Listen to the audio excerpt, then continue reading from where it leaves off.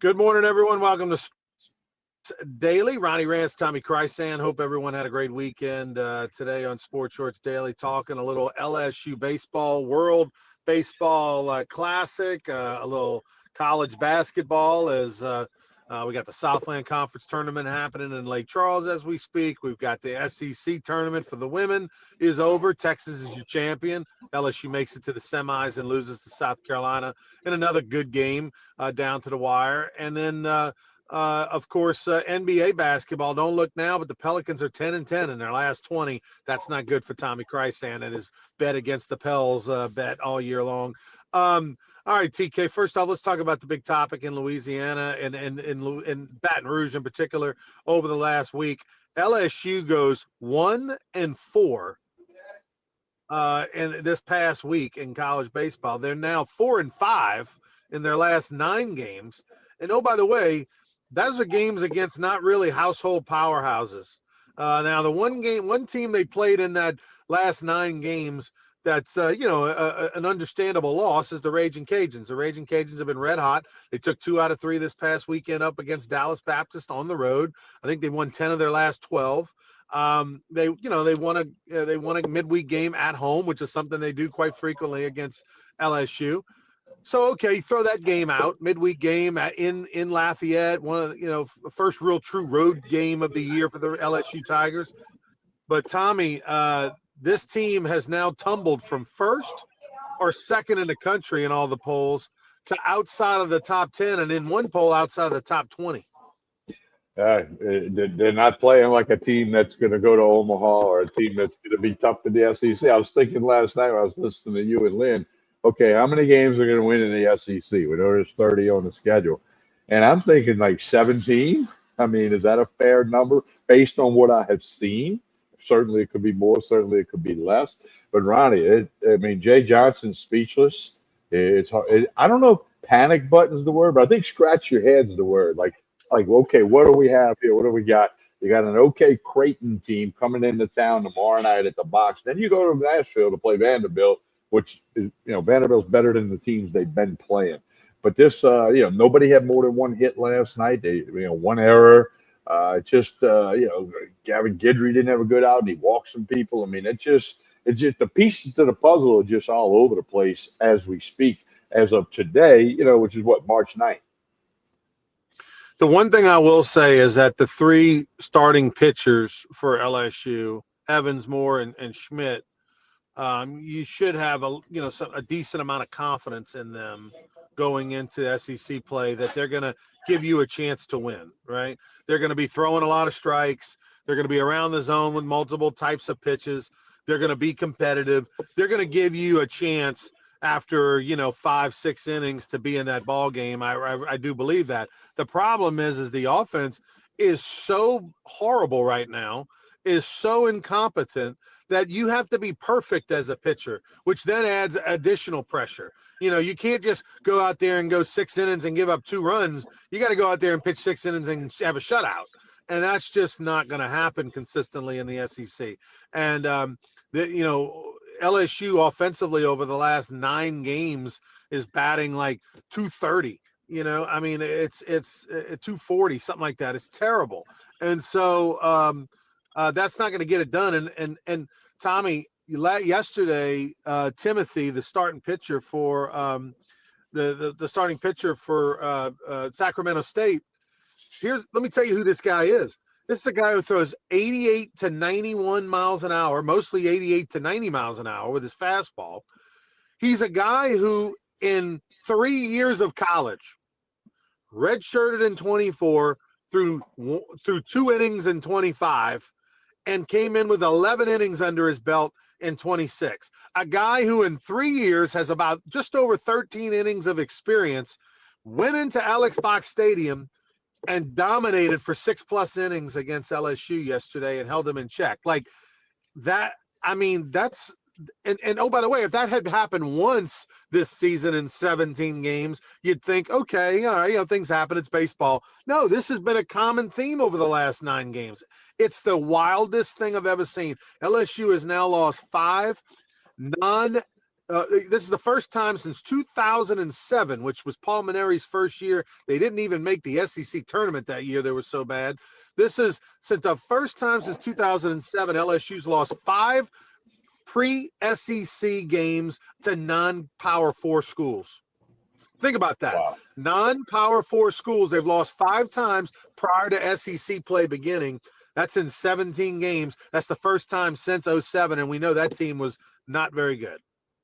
It's a head scratcher. I mean, Timothy didn't walk anybody. So if you're an LSU hitter, he's throwing it over the plate. You got to go up there ready to hack. You got to be ready. It's not like the guy's all over the place and you're going to work the count, drive the pitch count up. That wasn't the case. I mean, he just challenged LSU, and they weren't able to answer the challenge last night at the box. And it's head scratching. I'm gonna use that term for right now. May change it to panic button in the future. I don't know, but it's just hard to figure. They're certainly not a team. You always talk about, well, okay, they're ranked 1 or 2, but you want to finish in the top 8 so you're a national seed in the postseason. They're not even close to that. They're not a team, like we said, that could be in the top. They're not in the top 12 of any of the polls. There's a lot of college baseball polls. I like D1 and I like Baseball America. To me, those polls have been around longer. Perfect games, whatever. But there's one college baseball poll. College baseball, that's a media outlet, has them 24th in the country. 24th. Yeah. Okay. Here's the thing, Tommy. If you take LSU's name off of their chest and you just look at their record, their statistics, yeah, they deserve to be 24th or worse. Here's 2 things that jump out. Last year, LSU had the best fielding percentage of any team ever, 981. Best LSU fielding team in LSU history, right? 981 fielding percentage. This year, their fielding percentage is like 960 something, 66 or something like that. Okay, or 64 or whatever. The catching play is awful. Just receiving and blocking and framing, and the ball jumps out of the catcher's hand all the time. It boxes up pitches, makes pitches look worse than there are. That doesn't block very well.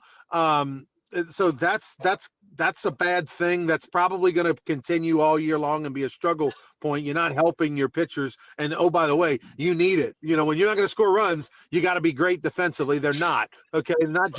Not just the catching position. Milam's doing his job, hasn't made an error out there in the outfield. But even someone like Jake Brown's got 2 errors in the outfield. Sometimes most outfielders play the whole season, might not have an error or maybe just 1. He's already got 2 through the first 14 games of the season. Drop the ball and then let a ball get away from him on a grounder. So this team in general is not defensively going to be great defensively fielding the ball. And the other thing is just offensively. Offensively, the batting average is way down. They came in yesterday hitting 298 as a team. They went down from there. I don't know where it lands today, 296 or whatever. But like last year, they were hitting 335 at this point in the season. They're hitting under 300 this year. So just those stats alone, when you look at fielding percentage and batting average, and oh, by the way, the team ERA is over 4. There's a lot of team ERAs that are under 4 at this point in the season against this kind of competition. So they're not a top 10 team, other than, that guy was ranked higher. That guy's 6'5" and throws 97, potential. Yeah. Potential. They're number 1, but right now they're playing like a team that's not very good. And the concern, Tommy, is that you're coming into the hard part of the season. Now, here's the good part.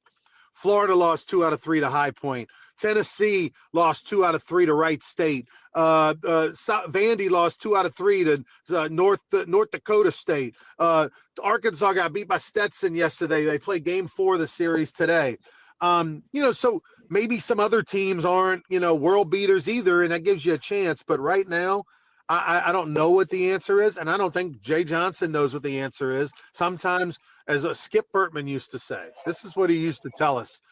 Hey, there are times where your team is just dipped in shit, and maybe that's the case this year. I don't know.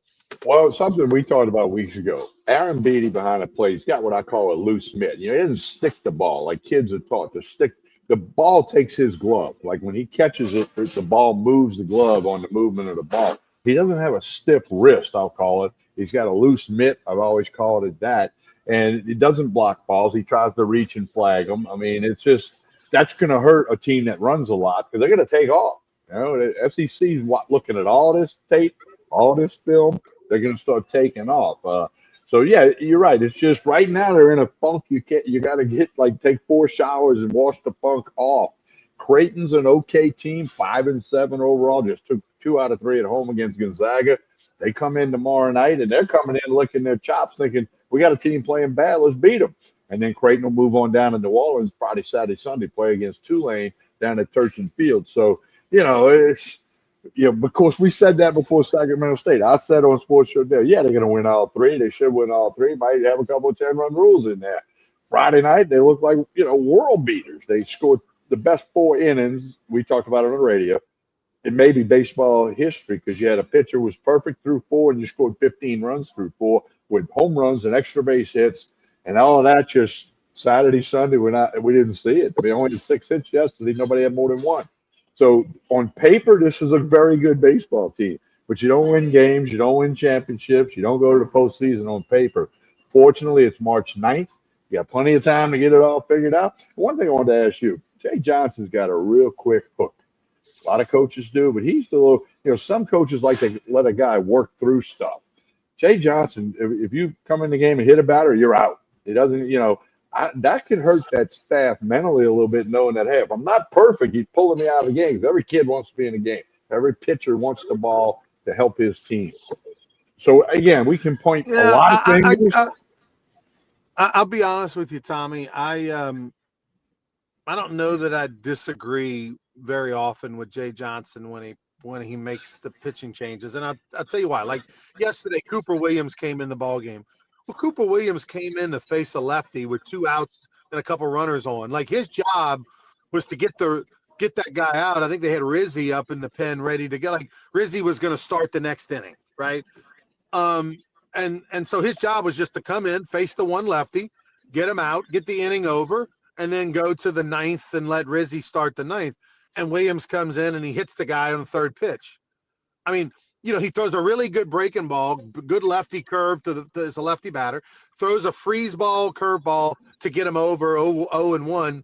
Then he throws a non-ball, fastball. Like a non-ball means the hitter didn't even have a decision to make. It was so far high and outside, right? Like it wasn't close enough for the guy to even consider. It was just that's way out there. So he misses his spot by 3 feet. Then he overcorrects. Actually, it was a righty. Because I guess they pinch hit. Yeah, that's what it was. They turned him. They pinch. Williams came in to face the lefty. They pinch hit the righty. Then he hits the righty because he overcompensates. He's trying to bite the shirt. I'm going to hold on to the ball longer. Bam, runs in and hits him on the ass.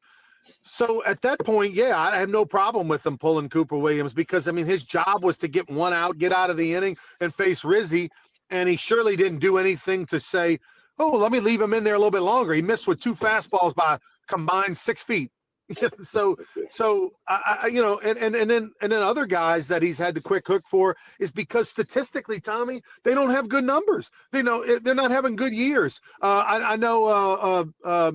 What's the kid? The Wofford pitcher, 26, who was so good last year. Oh no. No. The transfer from LSU. Look him up real quick because it's the name. The best pitcher of the reliever they had last year, not named Kason Evans. I'm drawing a blank on his name. Oh my gosh. I'm drawing it too. I'm gonna get it pretty quick here. I want to take the time to get the story right because I know he got his feelings hurt. Yeah. Let's see. Baseball. I know the LSU baseball. 26, LSU right-handed pitcher. Transfer from Wofford, senior, change-up pitcher, 90 fastball, 80 change-up, throws the change-up anytime, any place. Look him up on the roster. All right, I'm ripping through the roster right now. Let me put it in the other form here. 26, Tommy. Yeah, no, I got it. Give me a second here. Zach Cowan. Okay, Jesus. So Zach, we should have both knew that. Yeah, Zach Cowan got his feelings hurt the other day because he came in. I think he hit a batter or something, walked a guy, whatever, and then he got pulled, and he had this look on his face of shock, like, oh, I can't believe coach is pulling me. Well, but you're not Zach Cowan of 2025. You don't get that runway.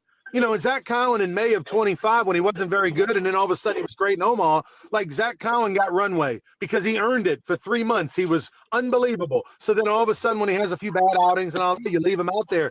But in 26, Zach Cowan has not been good.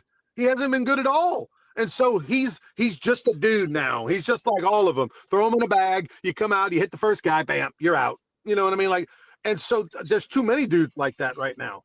You know, unfortunately, Gavin Guidry the last couple of times hasn't been Gavin Guidry. He came in yesterday, 18 strikeouts, 1 walk, and then he walked 2 guys in an inning, and gave up a hit and all that. And look, I understand you can't be perfect all the time. And look, the reality is that your goal as a reliever is to do the job 4 out of every 5 times you go out there, that you're able to do the job. That's the minimum kind of standard.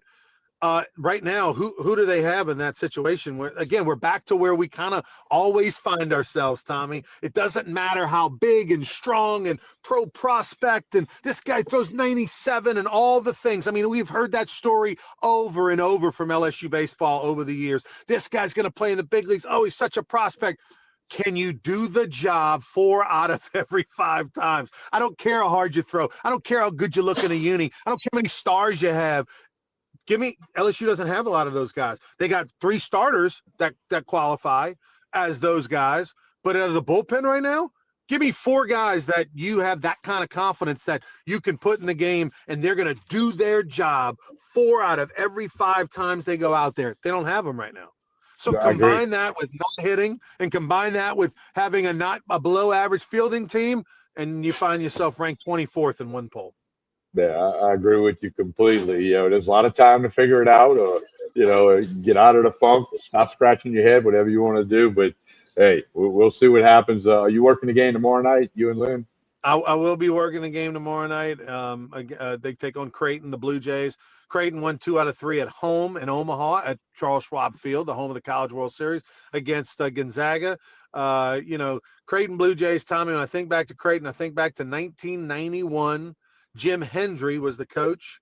Jim Hendry, of course, Paul Maneri's best friend, the former GM of the Cubs. He works for the Yankees. Jim Hendry's on the College Baseball Hall of Fame board. Jim Hendry was the coach. By the way, Jim Hendry gave Paul Maneri's first job as assistant coach at Columbus High School, and then helped get him the job at St. Thomas College in Miami. Creighton, the hometown team, went to the College World Series. That'd be the equivalent of, say, like a Loyola or Tulane hosting the College World Series in New Orleans for decades, and then all of a sudden they make the College World Series. That's what it was like. The whole town was excited. Creighton played really well, and I remember going to watch Creighton and Wichita State play. They went extra innings. I literally sat behind home plate on 2 steps with some teammates to watch the game. We weren't playing that night. It was one of the more exciting atmospheres ever in the history of the old Rosenblatt Stadium. So that hasn't happened since. Creighton has not been back to the College World Series since, but they do play at Charles Schwab Field. TK, I'm going to jump off here right now. One thing I can give you. NFL free agency starts today. The Dolphins have announced they're cutting Tua Tagovailoa. Ronnie, he's got a guaranteed contract. If he does not play football this coming year, he makes $56.3 million owed to him by the Dolphins. He doesn't have to take a snap. He doesn't have to hold a clipboard. Nothing. $56.3 million. Hey, man, with all those concussions, with all those concussions and everything that Tua's had, like, take the umbrella, go to the islands of Hawaii, eat all the spam you want, and enjoy yourself. Go back home. Yeah, we'll see what the Saints do in free agency. They've changed some contracts. They got some elbow room and the wiggle room with the salary cap. Salary cap went way up for the NFL this year, so we'll keep an eye on that. We'll talk more about that Wednesday because there's going to be some dominoes falling today and tomorrow in NFL. Tell us a little bit about college basketball on the way out, Tommy. I'm going to jump off. Yeah, the men lose in triple overtime to Texas A&M. They'll play Kentucky Wednesday at 11:30. We'll talk about that Wednesday morning. Women lose to South Carolina by 6 points. South Carolina was a 5.5-point favorite. Then Texas blows out South Carolina in the women's SEC championship game. World Baseball Congress tonight, USA, Mexico, both teams 2-0 in pool play. Paul Skeens on the bump for the USA tonight. USA's favored by 3.5 runs. Pelicans will be home Wednesday against the Raptors. We'll talk about that Wednesday morning. Hey, don't forget to like and share this show. That helps everybody involved. And again, the good people here at Court Street Cafe, breakfast, lunch, dinner. Saturday night is steak night. Sunday brunch is awesome.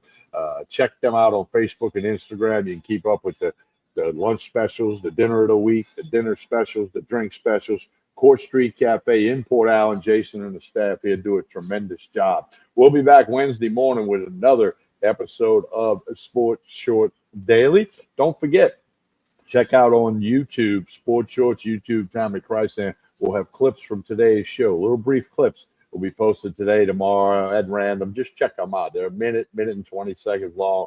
You can get it all going. All right, everybody have a great Monday and a great week.